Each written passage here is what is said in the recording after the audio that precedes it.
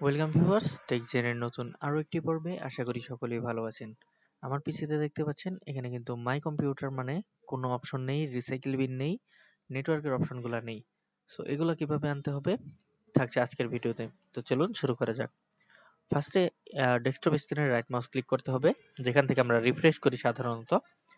এই অপশনে গিয়ে এখানে পার্সোনালাইজ অপশন আসবে। আপনার যদি উইন্ডোজ 10 হয়ে থাকে, সো পার্সোনালাইজে চলে যাবেন। পার্সোনালাইজ যাওয়ার পর এখান থেকে রয়েছে থিমে চলে যেতে হবে।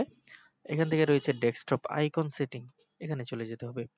এরপর এখানে কিন্তু কিছু অপশন রয়েছে, এখানে টিক গুলো দিয়ে দিতে হবে। সো আমি সবগুলোতে টিক দিয়ে দিলাম, এরপর অ্যাপ্লাই ওকে। সো এখন কিন্তু দেখতে পাচ্ছেন এই যে this PC control panel, recycle bin, network এবং আমার যে পিসি সেটির ইন্টারফেস চলে এসেছে সবকিছুই। সো এভাবেই কিন্তু আপনারা চাইলে খুব সহজেই নিয়ে আসতে পারবেন। অপশনটা আমি আবার দেখে দিচ্ছি, পার্সোনালাইজ। এরপর হচ্ছে এখান থেকে থিমের পরে যেতে হবে ডেস্কটপ আইকন সেটিং। এরপর হচ্ছে এই টিকগুলো দিয়ে দিতে হবে, দিয়ে অ্যাপ্লাই, এরপর ওকে। সো এভাবেই আপনারা খুব সহজেই কিন্তু আপনাদের ডেস্কটপের যেই আইকনগুলো রয়েছে সেগুলো নিয়ে আসতে পারেন। এখন এগুলোকে এখানে নিয়ে আসবো। সো এর জন্য আমি কি করি, ভিউ সরি শর্ট বাই, ফার্স্টে নেম দিয়ে দিচ্ছি, এরপর sort by item type, just okay. এখন কিন্তু সবগুলো সুন্দর মতো বসে গেছে।